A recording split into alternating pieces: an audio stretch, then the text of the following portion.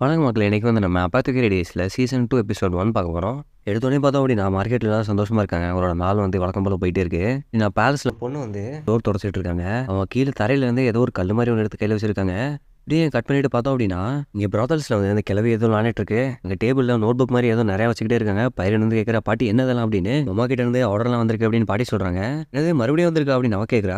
ஆமாம் போகிற போக்க பார்த்தா நமக்கு நிறைய காசு வரும்னு நினைக்கிறேன். அதில் போட்டிருக்கிற மாதிரியே எல்லாத்தையும் டெலிவரி பண்ணிடு அப்படின்னு பாட்டி சொல்கிறாங்க. இங்கே பார்த்தோம் அப்படின்னா கார்டனில் ஜீன்ஸே லியோபு எல்லாரும் இருக்கிறாங்க. அங்கே ஃப்ளவர்ஸ் எடுத்து மோந்து பார்த்துட்டு இருக்காங்க. அவங்க இந்த பூ அழகாக இருக்குல்ல, நான் வந்து என் ரூமில் வச்சுக்கலான்னு பார்த்தேன். ஜீன்ஸே வந்து எடுத்து இப்போ லேடிஸு வந்து விசிட் பண்ணுறான். இப்போ நீ ரொம்பவே நல்லா இருக்கீங்க அப்படின்னு சொல்கிறான். அங்கேருந்து கிளம்பி வெளியில் வரான். போகிற வழியில் ஹெல்ப் பண்ணுவது எல்லாரும் அவனுக்கு சல்யூட் பண்ணுறாங்க. அவன் வந்து இப்போ பேலஸ்குள்ளே போகிறான். அங்கே நிறைய மீட்ஸ் வந்து சைடில் நின்று அவனுக்கு பவு பண்ணிட்டு இருக்காங்க. ஜின்சி சொல்கிறான், கார்டன் பார்ட்டிக்கு அப்புறமா சிசுவும் வந்து நிறைய அடிஷனல் மீட்ஸ் வந்து கேட்டிருந்தாங்க. அதுக்கு நீ இவ்வளோ மீட்ஸ் அப்படின்னு காஷன் வந்து கேட்குறான். இப்படி இருக்க பட்சத்தில் அங்கே மற்ற லேடிஸ்க்குலாம் கொஞ்சம் கஷ்டமாகவே போயிடும் அப்படின்னு சொல்கிறாங்க. உள்ள பார்த்தா அப்படின்னா லேடி லவ்லான்ட்டு இருக்காங்க. அவங்களுக்கு ஒரு வணக்கத்தை போட்டுட்டு அங்கேருந்து கிளம்புறான். கடைசியில் லேடி கேவுக்கும் விசிட் பண்ணுறான். அங்கே சின்ன குழந்தை வந்து விளையாடிட்டு இருக்கு. ஜின்சி வந்து சுற்றி முற்றி பார்க்குறான். லேடி கேவுக்கு வந்து கேட்குறாங்க, நீ ஏதாவது தேடுறியா அப்படின்னு. ஐயே அப்படின்னா இல்லை அப்படின்னு அவன் சொல்கிறான். நீ மொமோ தான் தேடுற அப்படின்னா அவள் கிளினிக்கில் இருக்கா அப்படின்னு சொல்கிறாங்க.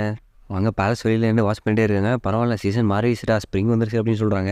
எப்போ அப்படின்னா மொமோ வந்து கிளினிக்கில் ஏதாவது போர்ஷன் வந்து மிஸ் பண்ணிட்டு இருக்கா. கூடவே டாக்டரும் ஹெல்ப்புக்கு இருக்காரு. ஜின்சி வந்து இப்போ அந்த இடத்துக்கு வந்துட்டு நீ என்ன பண்ணிட்டு இருக்கீங்க அப்படின்னு கேட்குறான். நான் வந்து இப்போ பெர்ஃப்யூம் மேல் பண்ணிட்டு இருக்கேன் அப்படின்னு நான் சொல்கிறான். மெடிக்கல் ஆஃபீஸ் வந்து நான் க்ளீன் பண்ணிட்டு இருந்தேன். அப்போ தான் அந்த டிஸ்டிலேஷன் எக்யூப்மெண்ட் வந்து கண்டுபிடிச்சேன். இன்னைக்கு ப்ளூ ரோசஸ் எல்லாம் பண்ணும்போது பாக்கி கொஞ்சம் ரோசஸ் இருந்தது. ஸ்மெல்லு கொஞ்சம் ஸ்ட்ராங்காகவே வருது அப்படின்னு நான் சொல்கிறான். ஒயிட் ரோஸ் கம்பேர் பண்ணும்போது அவ்வளோ ஸ்மெல்லாம் இல்லை. சரி இப்போ உனக்கு என்ன வேணும் அப்படின்னு கேட்குறாவ. இவ்வளோ ஸ்ட்ராங்காக ஸ்மெல் வந்துச்சுன்னா எல்லாருக்குமே கியூரியாசிட்டி இருக்கும் தானே. இதை வந்து ஜெயில் பேவாலியில் பண்ணுறது போய் நான் இங்கே பண்ணுறேன் அப்படின்னா உனக்கு ரொம்பவே கஷ்டமாக இருக்கும். அது என்னமோ உண்மைதான். ஆனால் சில பெர்ஃப்யூம் மேலே வந்து பிரெக்னன்சிக்கு ரொம்ப டேஞ்சரானது. ஆனால் இப்போதைக்கு எது பிரச்சனை இல்லை, ஏன்னா இது வந்து அவ்வளோ ஸ்ட்ராங்காக இருக்குது அப்படின்னு நினைக்கல. ஜின்சி வந்து கேட்குறேன், ரியல் பேலஸ் இருக்க எல்லா பெர்ஃப்யூமும் நம்ம ரெகுலேட் பண்ணணுமா அப்படின்னு. இல்லை தேவையில்லை, அதெல்லாம் ஒன்றும் பிரச்சனை இருக்காது அப்படின்னு அவன் சொல்கிறான். இந்த டாக்டர் வந்து ரொம்ப பேசுகிறான், ஆனால் உண்மையிலேயே ரொம்ப நல்ல டாக்டர். அது மட்டும் இல்லை, லேடி கேக்கோட பிரெக்னன்சி பற்றி வெளியில் யாருக்கும் தெரியாமல் பார்த்துக்கணும் அப்படின்னு நம்ம நினைக்கிறான். சரி அம்மா இது என்ன அப்படின்ட்டு அங்கே இடத்துல கை கட்டுறா ஜின்சி. நான் வந்து இங்கே ஆல்கோஹால் வந்து டிஸ்டிலேஷன் பண்ணிட்டு இருக்கேன். நம்ம அதை நிறைய தடவை டிஸ்டில் பண்ணோம் அப்படின்னா இன்னுமே ரொம்ப ஸ்ட்ராங்காக இருக்கும் அப்படின்னு ஜின்சி கிட்ட கொஞ்சம் சாம்பிள் கொடுக்குற. அதை மோத பார்த்துட்டு அவனுக்கு மூக்கில் குப்புன்னு ஏறிடுச்சு. இத்தனை குடிக்க போறேன் அப்படின்னு அவன் கேட்குறான். இல்லை இது வந்து ஆன்டிசெப்டிக் மாதிரி யூஸ் பண்ண போறேன் அப்படின்னு அவன் சொல்கிறான். ஜேட் பவர் இல்லை, ஸ்மால் பிரின்சஸ் இருக்காங்கல்ல, அவங்களுக்காக வைக்க போகிறேன். முடிஞ்ச அளவுக்கு எவ்வளோ சுத்தமாக வச்சுக்கணுமோ அவ்வளோ சுத்தமாக வச்சுக்க போகிறேன். உண்மையிலே எப்படி பண்ணலாமா அப்படின்னு அவன் கேட்குறான். இதை வந்து துணியில் நினச்சிட்டு க்ளீன் பண்ணுறதுக்கு அப்புறம் மற்ற விஷயங்களுக்கு யூஸ் பண்ணிக்கலாம் அப்படின்னு அவன் சொல்கிறான். பரவாயில்ல, உனக்கு நிறைய விஷயம் தெரிஞ்சிருக்கு அப்படின்னு அவன் சொல்கிறான். ஆமாம், வெஸ்ட்டில் நீ வந்த இடத்துல வந்து இதெல்லாம் யூஸ் பண்ணிக்க தானே. பரவாயில்ல, உங்கள் அப்பா உனக்கு நல்லா சொல்லிக் கொடுப்பாரு அப்படின்னு பேசிக்கிட்டு இருக்க நேரத்தில் வெளியில் வந்து உங்கள் லக்கேஜ் கொண்டு வந்திருக்கேன் அப்படின்னு சொல்கிறாங்க. அதை பார்த்துட்டு மொம்மா வந்து இப்போ கொஞ்சம் ஷாக் ஆயிடுறான். என்ன அது அப்படின்னு ஜின்சி கேட்குறான். அப்போ அந்த டாக்டர் வந்து சொல்கிறான், இந்த சின்ன பொண்ணு தான் ஏதோ ஒன்று கேட்டுச்சு. அவன் வந்து இப்போ பார்த்துக்கிட்டே சொல்கிறா, ஜின்சி உட்காருங்க, நான் உங்களுக்கு டீ போட்டு தரேன் உட்காருங்க அப்படின்னு. நான் உள்ள எல்லாருக்கும் பார்க்க போகிறேன் அப்படின்ட்டு அவன் அதை திறக்க போகிறான். அந்த நேரத்தில் அவன் வந்து தடுத்துட்டு, இது ஒன்றும் இல்லை, சின்ன பேக்கேஜ் தான், என்னோட ஃபேமிலிட்டேருந்து வந்திருக்கு, வேறு எதுவும் ஸ்பெஷலாக இல்லை அப்படின்னு சொல்லி தடுத்துட்டு அவனை. எனது உன் ஃபேமிலிட்டேருந்து வந்திருக்கா அப்படின்னு அவளை விலைக்கு விட பார்க்குறான். என்னடா அவன் எப்படி பண்ணிட்டு இருக்கா அப்படின்னு அவன் நினைக்கிறான். இது வேற ஒன்றும் இல்லை, சும்மா என்னோட அண்டர் கார்மெண்ட்ஸ் தான் அப்படின்னு அவன் சொல்கிறா. ஓ அப்படியா அப்படின்ட்டு ஜின்சி வந்து இப்போ கொஞ்சம் ஆக்வர்ட் ஆகிட்டான். ஆனால் 2 பேரும் சேர்த்து தூக்கிட்டு வந்தாங்களே, அப்படி என்ன மெட்டீரியல் அது பண்ணப்பட்டிருக்கு அப்படின்னு கோஷன் வந்து கேட்குறான். இங்கே பார்த்தோம் அப்படின்னா மொம்மா வந்து சொல்கிறா, ரியர் பேலஸில் என்ன பெரிய பிரச்சனை அப்படின்னா வெர்ஜினாக இருக்கிறதுக்கு வந்து ரொம்ப டிமாண்டாக இருக்குது. இங்கே வெர்ஜின் பேலஸ்க்கு புதுசாக வந்துருக்கிற நிறைய சர்வன்ஸ் வந்து வெர்ஜினாக இருக்காங்க. ஏன்னா அவங்க வந்து எம்பரருக்கு பிடிக்கப்பட்டிருந்தாலும் அவங்க எதனா சின்ன தப்பு பண்ணாங்க அப்படின்னா அவங்களுக்கு ரொம்பவே ஆபத்து. அதனால் அவங்க முன்கூட்டியே நிறைய விஷயம் தெரிஞ்சுக்கணும் அப்படின்னு அவன் சொல்கிறா. அதனால் நீ இது எல்லாமே அவங்களுக்காக தான் ப்ரிப்பேர் பண்ணி அப்படின்னு அவன் கேட்குறான். அங்கே பார்த்தோம் அப்படின்னா வெளியிலேருந்து பாட்டிக்கிட்ட மொம்மா ஆர்டர் பண்ண புக் எல்லாமே இங்கே வந்துருச்சு. அதான் பெட்டிக்குள்ளே இருந்தது. நீ இது என்ன புக்கு அப்படின்னு நினச்சிக்கிட்டு இருக்கு அப்படின்னா இது வந்து அந்த புக்கு தான். நான் வந்து மெடிக்கல் ஆஃபீஸில் டெலிவரி பண்ண சொன்னேன் அப்படின்னா உங்க இங்கே வந்து எதை கண்டுபிடிக்கக்கூடாது அப்படின்றனால தான் நான் வந்து எம்பரருக்காக அதெல்லாம் ஆர்டர் பண்ணி அவருக்கு வந்து ரீட் பண்ணுறது ரொம்ப பிடிக்கும். எனக்கு கொஞ்சம் எக்ஸ்ட்ராவே ஆர்டர் பண்ணியிருந்தேன், ஏன்னா மார்க்கெட் எக்ஸ்பெண்ட் பண்ணுறதுக்காக தான். ஆனால் என் கிட்ட நேரம் இவனுக்கிட்ட வந்து மாட்டிக்கிட்டே அப்படின்னு மொமோ நினைக்கிறான். கௌஷன் வந்து இந்த புக்கை ரீட் பண்ணிட்டு பரவாயில்ல, இது ரொம்ப அழகாக எழுதப்பட்டிருக்கு அப்படின்னு சொல்கிறான். இது வந்து உண்மையிலேயே ரொம்ப நல்ல பேப்பரால் எழுதப்பட்டிருக்கு. மொமோ வந்து நினைக்கிறேன், பரவாயில்ல இவன் வந்து இதை கிரிட்டிசைஸ் பண்ண போகிறேன்னு நினச்சேன். மொமோ வந்து சொல்கிறான், இந்த மாதிரி புக்ஸ் எல்லாம் சில நேரம் டவுரியாக கூட யூஸ் பண்ணுறாங்க. ஏன் அப்படின்னா நிறையா படிக்க தெரியாதவங்க இருந்தாலும் அவங்க பிக்சர்ஸ்லாம் பார்த்துட்டு ரொம்ப என்ஜாய் பண்ணுவாங்க. அதனாலேயே இந்த மாதிரி புக்கு நிறைய டிமாண்ட் இருக்குது அப்படின்னு சொல்கிறா. இது வந்து மெட்டல் பிளேட்ஸால் பிரிண்ட் பண்ணப்பட்டிருக்கு, உட் பிளாக்காலே இல்லை.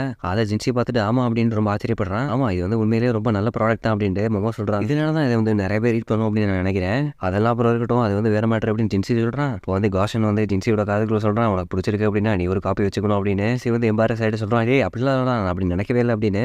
பரவாயில்ல, இந்த தடவை எப்படி சொன்னதை நான் நினச்சி விட்றேன். ஜின்சி வந்து இப்போ மொமோட்ட கேட்குறேன், அந்த புக்கு செல் பண்ணுற கடை பேர் சொல்லு அப்படின்னு. அவன் வந்து எம்பாரஸ் ஆகிட்டு கேட்குறான், அப்படிலாம் இல்லை, நான் அதுக்காக கேட்கல, இது வந்து எங்கே பிரிண்ட் பண்ணுறாங்க தெரிஞ்சுக்க தான் கேட்குறேன். மொமோ வந்து கூலாக சொல்கிறா, பரவாயில்ல எனக்கு புரியுது, உனக்கு இந்த கடை பேர் தானே தெரியணும் அப்படின்னு அவரோட வேலையை பார்க்க ஆரம்பிச்சிடறான். இப்போ காஷன் வந்து கேட்குறான், இந்த புக்கில் ஒரு சில விஷயம்லாம் சென்சார்ஷிப் இல்லாமல் இருக்குது. ஆமாம் அது எதுவும் உண்மை தான். ஆனால் எம்ப்ரருக்கு வந்து பழைய எடிஷனில் இந்த மாதிரிலாம் இல்லை அப்படின்னு சொன்னார். அதனால தான் ரோஷன் வந்து ஸ்ட்ரிக்டாக சொல்லிடுறான், இதெல்லாம் அலௌட் இல்லைங்க அப்படின்னு. அந்த புக் எல்லாத்தையுமே எடுத்துகிட்டு போயிடறான். அவன் வந்து நினைக்கிறான், அந்த கிளவி ரொம்ப கஷ்டப்பட்டு இந்த புக்கெல்லாம் செலக்ட் பண்ணி கொடுத்தா, இங்கே பார்த்தா அவனுக்கு தூக்கிட்டு போயிட்டானே அப்படின்னு. இங்கே பார்த்தோம் அப்படின்னா செவன் இருக்கிற இடத்துல வந்து அந்த மொமோட ஃப்ரெண்டு வந்து மொமோ கொடுத்த ஸ்நாக்ஸை சாப்பிட்டுட்டு ரொம்ப ட்ராமாட்டிக்காக பண்ணிட்டு இருக்கா. அதுக்குள்ள என்ன பிறந்திருக்கு அப்படின்னு உனக்கு தெரியுமா அப்படின்னு கேட்குறா. மொமோ வந்து சொல்கிறா ஜோக்கா, என்ன குதிரசானம் இருக்கலாம். உடனே சாப்பிட்டு அந்த ஸ்நாக்ஸ் வந்து துப்பிட்டாக்கில. பாரு நீ வந்து ரொம்ப கிரீடியாக இருக்கு அப்படின்னு சொல்கிறா. உன்னால தாண்டி மோமோ நாவல் வந்து இப்போ ரொம்பவே பாப்புலராக இருக்கு. மோ வந்து அவளை பார்த்துட்டு கேட்குறா, என்னடி உனக்கு படிக்கலாம் தெரியுமா? இப்போ இல்லை எனக்கு படிக்கலாம் தெரியாது. நீங்கள் படிக்க தெரிஞ்சவங்க வந்து மற்றவங்களுக்காக ரொம்ப லவுடாக ரீட் பண்ணுறாங்க. டெய்லி அடுத்து என்ன நடக்க போகுதுன்னு தெரிஞ்சுக்கிறதுக்கு நான் ரொம்ப ஆர்வமாக இருக்கேன் அப்படின்னு சொல்கிறா. இந்த லஸ்டி நாவலை பற்றி எல்லாம் படிக்க தெரியாத மேடோ பேசிக்கிறாங்க அப்படின்னா இல்லை ரொம்ப பாப்புலர் ஆயிடுச்சு போல இருக்கு அப்படின்னு அவன் நினைக்கிறான். பார்த்தோம் அப்படின்னா மொமோ வந்து ஜேட் பேலஸ்குள்ளே வரான். அங்கே பார்த்தோம் அப்படின்னா அவங்களோட லேடி இன் வெயிட்டிங்லாம் கையில் ஒரு புக்கு வச்சு ரீட் பண்ணிட்டு இருக்காங்க. என்ன படிக்கிறீங்க அப்படின்னு மொமோ கேட்குறா. இல்லை மெஜஸ்டி தான் எல்லாரும் படிக்கணும் அப்படின்னு அவங்களோட லேடிஸ்க்கெல்லாம் டிஸ்ட்ரிபியூட் பண்ணியிருக்காங்க. இது எல்லாரும் படிச்சு முடிச்சிட்டாங்க அப்படின்னா மற்றவங்க கிட்ட ஷேர் பண்ணுங்க அப்படின்னு சொல்லியிருக்காங்க. மொமோ வந்து நீ வச்சுக்கோ, நீ ரீட் பண்ணுற அப்படின்னு கேட்குறாங்க. அப்போ தான் மொமோ அதை பார்த்துட்டு இது என்னோட 7 ஃப்ரெண்டு சொன்ன மாதிரியே இருக்கே, அதே புக் மாதிரி இருக்குது அப்படின்னு நினைக்கிறான். இது வந்து இவ்வளோ பாப்புலரான நாவல் அப்படின்னு நினைக்கிறான். இது ஒன்றும் அவ்வளோ சூப்பராக இல்லை, அப்படியே அதை ரெக்கமெண்ட் பண்ணுறாங்க அப்படின்னு நினச்சிட்டு இருக்கா.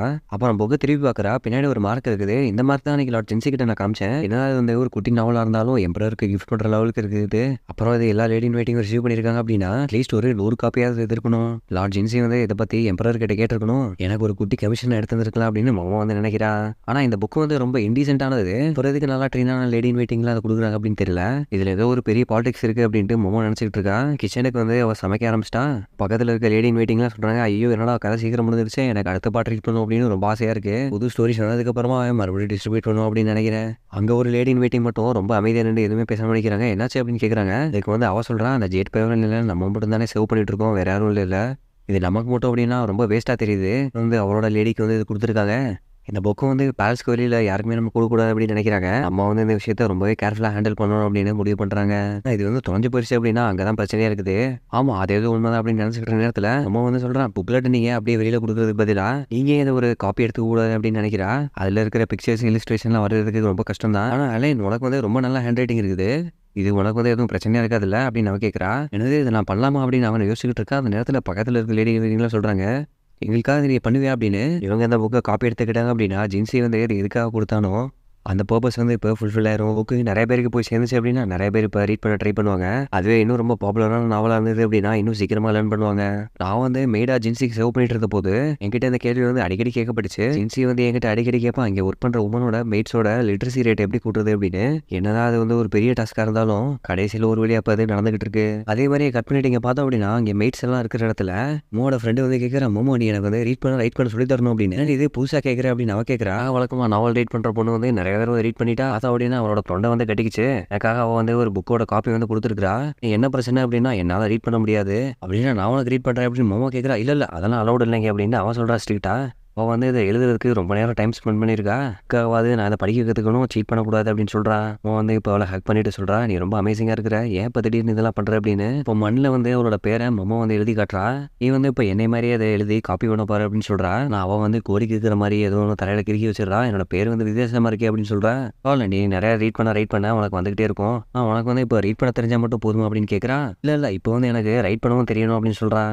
நான் இந்த பேலஸை விட்டு போனதுக்கப்புறமா எனக்குன்னு ஒரு ஜாப் தேடிக்க போகிறேன். அப்புறமா யூஸ்ஃபுல்லான விஷயத்தை என்னால் எழுத முடியல. அவன் வந்து இவ்வளோ தடவை கொடுத்துட்டு இப்போ பெட் பண்ணுறான். பரவாயில்ல, நீ வந்து இப்போ ரொம்ப நல்ல பொண்ணாக இருக்கிற, உன்னோட ஃபியூச்சர் பற்றிலாம் இப்போ யோசிக்க ஆரம்பிச்சிட்டேன். அப்படி இருக்க பட்சத்தில் வா நம்ம போய் நிறையா படிக்க ஆரம்பிக்கலாம் அப்படின்னு சொல்கிறா. அம்மா வந்து இப்போ அவளுக்கு ஒரு விஷயமா சொல்லி கொடுக்குறா, எழுதி காமிச்சிட்டு ஒரு விஷயமா அவளுக்கு புரிய வைக்கிறா. இந்த வார்த்தையெல்லாம் டெய்லி வேர்ட்ஸ்லாம் நம்ம யூஸ் பண்ணிக்கலாமா அப்படின்னு கேட்குறா. அப்படின்னா நம்ம கிரீட்டிங்லேருந்து ஆரம்பிக்கலாம் அப்படின்ட்டு மெமோ அழிச்சிட்டு மறுபடியும் எழுத ஆரம்பிக்கிறா. இங்கே பார்த்தோம் அப்படின்னா நைட் ஆயிடுச்சு. அங்கே ஒரு 7 பொண்ணு வந்து நைட்டு யாருமே இல்லாத இடத்துல தனியாக நடந்து போயிட்டு இருக்கா. திடீர்னு அவ்வளோ பின்னாடி இருந்து ஏதோ வந்து அட்டாக் பண்ணிருச்சு. கட் பண்ணிட்டு இங்கே பார்த்தோம் அப்படின்னா காலையில் ஏல் பேலஸில் வந்து லிட்டில் பிரின்சஸ் வந்து விளாண்டுட்டு இருக்காங்க. அம்மா வந்து அவ கூட விளாண்டுட்டு இருக்காப்போ கேட்க வந்து சொல்கிறாங்க, ஆமாம் பேலஸ்குள்ளே இருக்கிறது ரொம்ப கிராம்ப்டாக இருக்கிற மாதிரி இருக்கு, அதை பற்றி நானே கேட்கலாம் அப்படின்னு முடிவு பண்ணிட்டேன். அவள் வந்து இப்போ எல்லாத்துக்கும் ஓடிக்கிட்டு இருக்கா, இதை பற்றி நீ என்ன நினைக்கிற மோமோ அப்படின்னு கேட்குறாங்க. ஆமாம்மா அதுவும் கரெக்டு தான், அவள் வெளியில் போகிறதுக்கு நிறைய ஆப்பர்ச்சுனிட்டிஸ் வந்து இப்போ உருவாக்கணும். 2 யூனிக்ஸ் எல்லாம் அவளுக்கு காடாக போட்டுக்கலாம் அப்படின்னு சொல்கிறாங்க. நீயும் கூட சேர்ந்து அவங்களையும் கூட அக்கம்பெனி பண்ண முடியும் அப்படின்னு கேட்குறாங்க. ஓகே புரிஞ்சுது, நான் போகிறேன் அப்படின்ட்டு மோமோ சொல்கிறான். மொமோ வந்து நினைக்கிறா, இதனால முன்னாடி வரைக்கும் எம்பரோட குழந்தைய வந்து சின்ன வயசுலேயே இறந்து போயிடுறாங்க. அவள் சும்மா நடந்து போகிறதுக்கே ரொம்ப ப்ரொடெக்ஷனோட நடந்து போகிற மாதிரி இருக்கும். ஆனால் வேறு வழியில் அப்படி தான் நடக்கணும். இப்போ கேட்க வந்து சொல்கிறாங்க, மொமோ உனக்கு பற்றி தான் ஃப்ளவர்ஸ் கிரேச்சஸ் பற்றிலாம் ரொம்ப நல்லா தெரியும், கியோட வாக் பண்ணும்போது நீ இதெல்லாம் சொல்லி தெரியும் அப்படின்னு கேட்குறாங்க. பக்கத்தில் இருக்க லேடி இன் வெயிட்டிங் வந்து சொல்கிறாங்க, ஐயோ கியோ அது வந்து ரொம்ப நல்ல ஐடியா கிடையாது, அவள் வந்து ரொம்ப யூஸ்லெஸ் விஷயத்தை தான் சொல்லிக் கொடுப்பா. அதுக்கு வந்து சிரிச்சுக்கிட்டே சொல்லிடுறாங்க, இல்லை அதெல்லாம் யூஸ்ஃபுல்லாக தான் இருக்கும் அப்படின்னு. நமக்கு என்ன தெரியும் ஃபியூச்சரில் எங்கே கல்யாணம் பண்ணுவோம் அப்படின்னு. இவளுக்கு வந்து இன்னும் சின்ன வயசு தான், ஆனால் இன்னும் 10 வருஷத்தில் இவளை வந்து யாருக்காவது கல்யாணம் பண்ணி கொடுத்துருவாங்க அப்படின்னு மொமோ நினைக்கிறா. அவள் வந்து வேற கண்ட்ரி போனால் கூட அவளை வந்து எல்லாரும் ப்ராப்பராக ட்ரீட் பண்ணுவாங்க அப்படின்னு. அதனால ஒயில் ஃப்ளவர்ஸும் பாய்சன் பேர் தெரிஞ்சுக்கிறதுனால தான் உண்மையிலே ஒரு ஸ்மார்ட்டான லேடி தான். வெளியில குட்டி பிரின்சஸ் பார்த்துட்டு எல்லாரும் ஒரு மாதிரி ரியாக்ஷன் கொடுக்குறாங்க. ஒருத்தவங்களோட பார்வை வேற மாதிரி இருக்குது.